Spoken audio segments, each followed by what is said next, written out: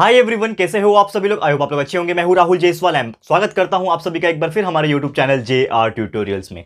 Friends, आज again एक बहुत ही ज्यादा इंपॉर्टेंट वीडियो मैं आपके लिए लेकर आ गया हूं, जो कि आपको हेल्प करेगा आपके एग्जाम में अच्छे तरीके से मार्क्स स्कोर करने के लिए। और ये जो मैं वीडियो लेकर आया हूं, इसमें मैं बात करने वाला हूं कि आप साइंस सब्जेक्ट में, चाहे आप कोई भी स्टैंडर्ड के स्टूडेंट हो, 6वीं के हो, 7वीं के हो, 8वीं के हो, 9वीं के हो, 10वीं हो, ये सभी स्टैंडर्ड के अंदर साइंस सब्जेक्ट होता है, जनरल साइंस। तो उस सब्जेक्ट में आप किस प्रकार से बहुत ही बेहतरीन मार्क्स निकाल सकते हो, फुल मार्क्स निकाल सकते हो, उसके कुछ इंपॉर्टेंट स्ट्रैटेजी आज मैं आपको बताने वाला हूं। तो अगर आप ये वीडियो पूरा देख लेते हो तो आपको छोटी छोटी जो मिस्टेक्स आप लोग करते हो, जिसके वजह से आपके मार्क्स कट जाते हैं, वो नहीं होंगे। आपको क्या ऐसा स्ट्रैटेजी और कैसा टेक्निक को फॉलो करना पड़ेगा कि आप अच्छे से अच्छे मार्क्स लेकर आ सकते हो, और अगर ज्यादा मेहनत करोगे तो फुल मार्क्स भी आ सकता है। तो जी हां दोस्तों, टॉपिक है हमारा आज का, वो है how to score full marks in science subject. जी हां, साइंस सब्जेक्ट में किस तरह से आप फुल मार्क्स निकाल सकते हो, ये आज हम लोग पढ़ने वाले हैं। तो आप लोग अगर एकदम ध्यान लगा के देखोगे तो पूरा मैं एक्सप्लेन करूंगा वन बाय वन। तो सबसे पहले मैं बात करता हूं दोस्तों कि आप लोग का जो साइंस सब्जेक्ट है, ये आप जानते हो it is called as one of the toughest subject. लेकिन अगर इसमें इंटरेस्ट आ जाए लोगों का, जैसे मैंने हमारी जो JR ट्यूटोरियल्स की जो फैमिली है, इतनी बड़ी फैमिली जो आपने कंप्लीट की है दोस्तों, मैं आपको बता दूं कि इसकी स्टोरी की शुरुआत साइंस सब्जेक्ट से हुई थी, क्योंकि आई लव साइंस सब्जेक्ट। मैंने अपनी टीचिंग करियर की शुरुआत भी साइंस सब्जेक्ट को पढ़ा के ही की थी। मैंने सबसे पहले बायोलॉजी को स्टार्ट किया था, इस प्रकार से मुझे इंटरेस्ट आने लगा। और आज के डेट में आप देख सकते हो कि साइंस का कंसेप्चुअल नॉलेज मुझे बहुत ज्यादा अच्छी तरीके से आ गया है, ठीक है। और ये आप लोग के साथ भी हो सकता है, और अगर आप ध्यान लगा के पढ़ोगे तो आपका भी शायद साइंस सब्जेक्ट फेवरेट हो जाएगा। तो करना क्या होगा, कुछ इंपॉर्टेंट पॉइंट्स है, ये देख लो, बहुत अच्छी तरीके से समझेगा। सबसे पहले मैं बात कर रहा हूं, ये सभी स्टैंडर्ड के लिए 6 से लेकर 10 तक सबके लिए कॉमन है, चाहे 10वीं का बोर्ड एग्जाम कोई दे रहा हो, चाहे नॉर्मल 7वीं 8वीं 9वीं का स्टूडेंट हो, सबके लिए इंपॉर्टेंट है। तो सबसे पहले काम यह करना है दोस्तों कि आप लोग को लर्न करना है कंसेप्चुअल नॉलेज। अब आप बोलोगे कि सर कंसेप्चुअल नॉलेज होता क्या है। जैसे कि आपको अगर मैं पूछूं व्हाट इज ए सेल, एक सेल का मतलब क्या है, तो आप बोलोगे कि sir cell is a smallest individual structure of a body. लेकिन उसका बेसिक कंसेप्ट आपको पता है क्या, कि एक सेल क्या होता है, सेल का स्ट्रक्चर क्या होता है, सेल किस प्रकार से वेरी करता है, ये सभी इंफॉर्मेशन अगर आप जानते हो तो आपके पास कंसेप्चुअल नॉलेज है। तो ऐसे कई सारे टॉपिक होते हैं साइंस में, तो उसका कंसेप्चुअल नॉलेज बहुत ज्यादा इंपॉर्टेंट होता है। और अगर कंसेप्चुअल नॉलेज आपको पता है तो चाहे एग्जाम में उसके रिलेटेड भी क्वेश्चन आ गया ना, अगर आपको ऐसा नहीं पूछेगा व्हाट इज सेल, आपको पूछेगा कि what are the different types of cell, तो भी आप उसका आंसर कर पाओगे, भले ही आपने लर्न नहीं किया होगा। अगर लर्न नहीं किया लेकिन आपको कंसेप्ट पता है, उसका नॉलेज पता है, तो आपको बस यार इंग्लिश लिखना आना चाहिए ना, कि हाँ cell has 2 types, cell has 3 types, this is called as cell, there are various types of cell, squamous epithelial cell, ऐसा आप लिख सकते हो। इससे क्या होगा कि आपको जहां पे 0 मिलने वाले होंगे वहां पे आपको 1 से 2 मार्क्स मिल जाएंगे। तो ये चीज करो। आप कंसेप्चुअल नॉलेज कैसे गेन करोगे ये मैं आपको बता दूं। तो कंसेप्चुअल नॉलेज गेन करने के 2-3 रास्ते हैं। सबसे पहले मैं बताऊं कि दोस्तों हमारे जो चैनल पे JR ट्यूटोरियल्स पे, ये जो चैनल आप देख रहे हो, उस पे जो वीडियोस हमने डाले साइंस के, आप खोल के देख लो कोई भी वीडियोस, आपको इतनी बेहतरीन तरीके से हमने एक्सप्लेन किया है हर टॉपिक को इलाबोरेट करके, कि आपको वहां से कंसेप्चुअल नॉलेज मिल जाएगा। यानी कि आप हमारे चैनल के थ्रू वीडियोस देख सकते हो, ये सबसे पहला तरीका है। दूसरा तरीका यह है कंसेप्चुअल नॉलेज क्लियर करने का, कि अगर कोई भी टॉपिक को और ज्यादा आपको इलाबोरेशन चाहिए, जैसे कि हम तो आपके सिलेबस के अकॉर्डिंगली ज्यादा चलते हैं, लेकिन आपको और ज्यादा डीप में घुसना है, तो आप NCERTs के वीडियो फॉलो कर सकते हो, क्योंकि हमारा चैनल है JR ट्यूटोरियल्स नेशनल स्टडी, आप जानते हो। दूसरा channel JR tutorial national study, ये चैनल आप देख रहे हो, ये JR ट्यूटोरियल्स है। और एक और सेम चैनल है जिसका नाम है JR ट्यूटोरियल नेशनल स्टडी, जिसमें हम NCERTs और CBSE पैटर्न के वीडियोस डालते हो। लिंक आपको डिस्क्रिप्शन बॉक्स में मिलेगा, तो उस चैनल पे भी जा सकते हो, और वहां पे एनिमेशन के साथ हर टॉपिक को इलाबोरेट किया हुआ है। तो NCERT के वीडियोस भी आप देख सकते हो, बुक्स फॉलो कर सकते हो, बहुत सारे बुक्स आपको मिल जाएंगे मार्केट में, वो खरीद के फॉलो कर सकते हो। इससे आपका एकदम गहराई में कंसेप्चुअल नॉलेज क्लियर होगा, और आपको बड़े से बड़े फ्यूचर एग्जाम के लिए वो काम आएगा। तो ये तरीका आप अपना सकते हो, ज्यादा से ज्यादा बुक रीड करने की हैबिट डालो, इससे आपका कंसेप्चुअल नॉलेज हो जाएगा। दूसरा तरीका ये है, चलो पहला टॉपिक तो हमको समझ में आ गया कि आपको ज्यादा से ज्यादा क्या करना है,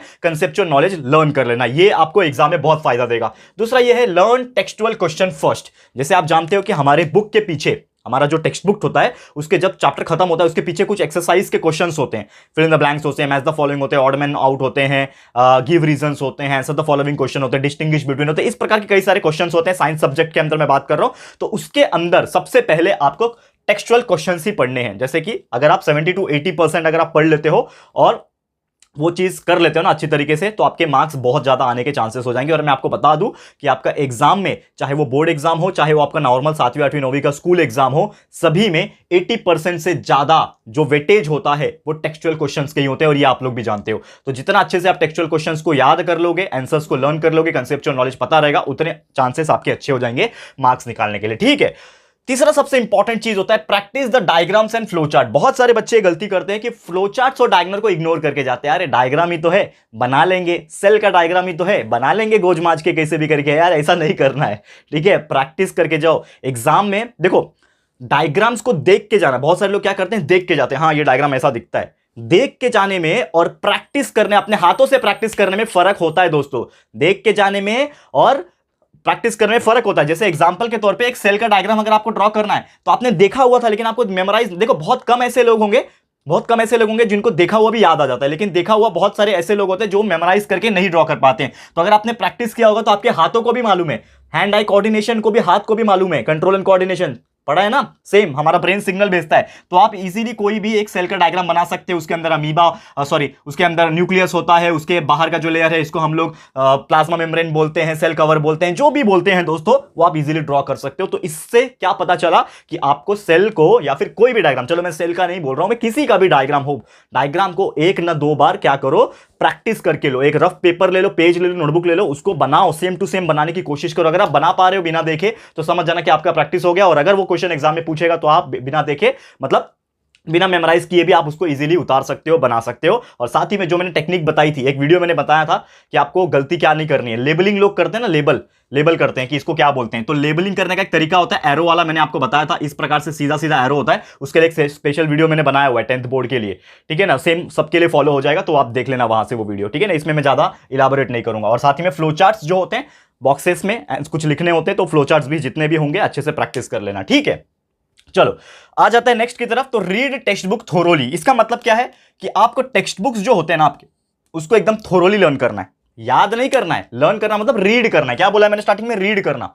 रीड करने में क्या होता है, जैसे एक मेरे पास कुछ टेक्स्ट बुक है, उसमें लिखा हुआ है cell is called as the basic individual structure of an organism. तो अपनी आंखों से आपने एक बार वो चैप्टर को पूरा लाइन बाय लाइन रीड कर लिया। सिर्फ रीड करना है। कितना मिनट लगेगा एक चैप्टर को रीड करने में? 15 मिनट।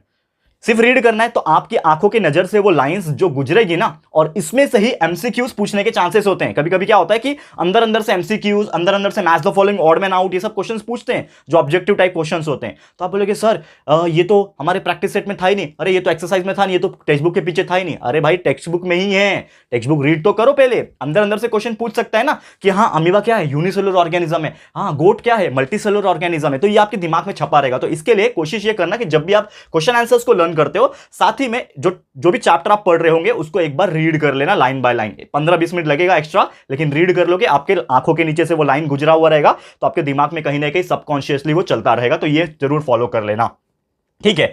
खासकर 10th स्टैंडर्ड के लिए मैं कुछ लेकर आया हूं। 10th के लिए वैसे बहुत सारे वीडियोस मैंने 10th के लिए बनाए हुए हैं, आप देख सकते हो हमारे प्लेलिस्ट में, या फिर आप वीडियो सेक्शन में जाओगे, स्क्रॉल करते रहो, बहुत सारे वीडियोस आपको मिलेंगे। लेकिन एक इंपॉर्टेंट चीज 10th के लिए, solve previous 2 years question paper. और ये मैंने बहुत बार बोला हुआ, आपको क्वेश्चन पेपर जरूर से सॉल्व करना है। बाकी सब स्ट्रैटेजी आपके लिए भी है, 10th के लिए भी है, बाकी स्टूडेंट्स के लिए भी है, लेकिन 10th के लिए खास करके आप लोग को लास्ट 2 इयर्स के क्वेश्चन पेपर को अच्छे से प्रैक्टिस करके लेना है। अगर आप सॉल्व करोगे, प्रैक्टिस कर लोगे, तो हो सकता है उसमें से बहुत सारे क्वेश्चंस रिपीट हो जाए और आपको बहुत ज्यादा अच्छे मार्क्स स्कोर करने के लिए हेल्प हो जाए, ठीक है। और क्या पता आपने बहुत अच्छे से पढ़ाई की होगी तो आपको फुल मार्क्स भी साइंस सब्जेक्ट में मिल सकते हैं, और लोग लाते भी हैं। साइंस सब्जेक्ट में 40 आउट ऑफ 39, 38 मार्क्स मिलते भी है। 100 आउट ऑफ लोग को 99 मार्क्स तक मिल जाते हैं, ठीक है ना। 100 आउट ऑफ 100 भी मिलते हैं लोगों को, ये आप कर सकते हो। Always remember scientist name. अगला टॉपिक क्या है कि आपको साइंटिस्ट के जो नेम्स होते हैं, बहुत सारे लोग रुदरफोर्ड एक्सपेरिमेंट, डोबेराइनर ट्रायड, ये क्या होता है भूल जाते हैं, ठीक है ना। रॉबर्ट हुक ने क्या डिस्कवर किया था, याद ही नहीं रहता यार। तो ये सब चीज आपको याद होना चाहिए कि साइंटिस्ट के नेम क्या है। जो टेक्स्ट बुक्स आप रीड करोगे ना, इसके लिए मैंने हैबिट डलवाया आपको कि आपको टेक्स्ट बुक्स को रीड करना है। इससे क्या होता है कि आपको साइंटिस्ट के नाम पता चलते हैं,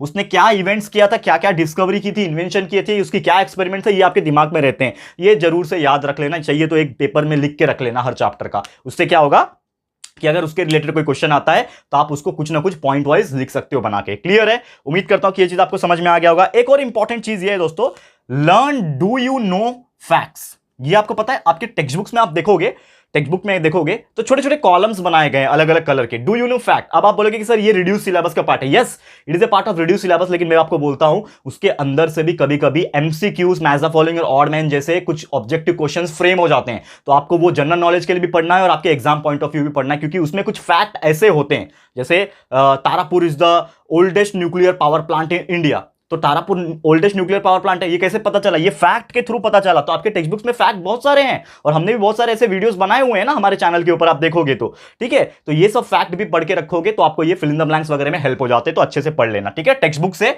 जितना हो सके उतना पढ़ सकते हो। क्लियर है? Next point, always use bullet points. जब भी आप कोई आंसर करते हो, जैसे क्वेश्चन आंसर्स लिख रहे हो और क्वेश्चन आंसर्स में आपको 2 मार्क्स के लिए लिखना है, तो आप क्या करो, बुलेट पॉइंट्स लिखो। जैसे कि आपको कोई पूछा है, क्या पूछा है कि व्हाट इज योर नेम, तो आप बोलोगे my name is Rahul Jaiswal. ठीक है, आपने लिख दिया। उसके नीचे अगला point, I am 25 year old, ये मैंने लिख दिया।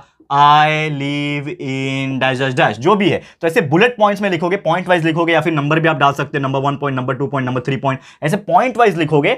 सुंदर दिखता है दिखने में, एक पॉइंट वाइज अरेंजमेंट अच्छा होता है, और जो पेपर चेक करने वाला होता है उसको बहुत मजा आता है पेपर चेक करने में। बहुत सिंपल, स्वीट, गुड हैंडराइटिंग, ये आपको बहुत ज्यादा हेल्प करेगा। ठीक है, और कभी भी अगर डिस्टिंग्विश बिटवीन क्वेश्चन आएगा, डिस्टिंग्विश होता था ना कि differentiate between unicellular organism and multicellular organism, इस प्रकार के अगर कोई क्वेश्चन पूछता है डिस्टिंग्विश बिट वाले और या फिर डिफरेंशिएट वाले, तो एटलीस्ट आपको 4 पॉइंट्स लिखने हैं। 2 मार्क्स के लिए आएगा तो 3 मार्क्स के लिए आएगा तो 6 पॉइंट, मतलब जितने भी मार्क्स के लिए आए उसका डबल पॉइंट लिखना पड़ेगा आपको। हाफ मार्क्स जो होता है वो 1 पॉइंट के लिए होता है। ठीक है, ये आपको ध्यान में रखना है। क्लियर है? तो उम्मीद करता हूं ये चीज समझ में आ गया होगा। And last but not the least, practise your handwriting. Always try to make a good handwriting. जिनकी हैंडराइटिंग थोड़ी सी खराब निकलती है, बुरा मत मानना दोस्तों, लेकिन ट्रस्ट में आप लोग अगर थोड़ा सा प्रैक्टिस कर लोगे ना, थोड़ा सा शुद्ध लेखन, मराठीमध्ये काय म्हणतात, शुद्ध लेखन करायचे।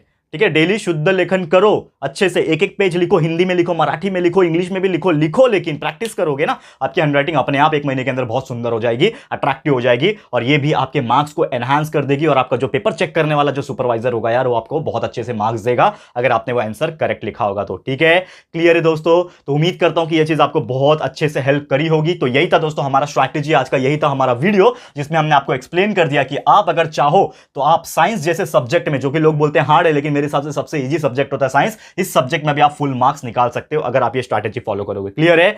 तो ये वीडियो समाप्त होता है। उम्मीद करता हूं कि ये वीडियो आपको हेल्प करेगा और आप डेफिनेटली अपने एग्जाम में अच्छे से मार्क्स लेकर आ सकते हो। और लेकर आओगे कि नहीं लेकर आओगे, प्लीज हमें कमेंट करना कि आप लोग क्या सोच रहे हो और कैसा लगा आपको वीडियो, हमको प्लीज कमेंट कर देना। और अगर आपको ये वीडियो पसंद आया है, यूजफुल लग रहा है दोस्तों, तो प्लीज इस वीडियो को लाइक कर देना एंड शेयर कर देना, अपने दोस्तों के साथ शेयर करो, अपने रिलेटिव्स, फैमिली, फ्रेंड, जितने भी लोग हैं ना, सबके लिए हेल्पफुल है। तो please share to the maximum people. First time channel पे आए हो तो जरूर से हमारे चैनल को सब्सक्राइब कर देना, साथ ही में एक बेल आइकन होता है उसको प्रेस कर देना, ताकि फ्यूचर में हम कभी भी कोई भी वीडियोस को अपलोड करेंगे तो आप लोगों को नोटिफिकेशन मिलती रहेगी। ठीक है फ्रेंड्स, तो मिलते हैं हमारे अगले वीडियो में। ये वीडियो देखने के लिए thank you and good bye.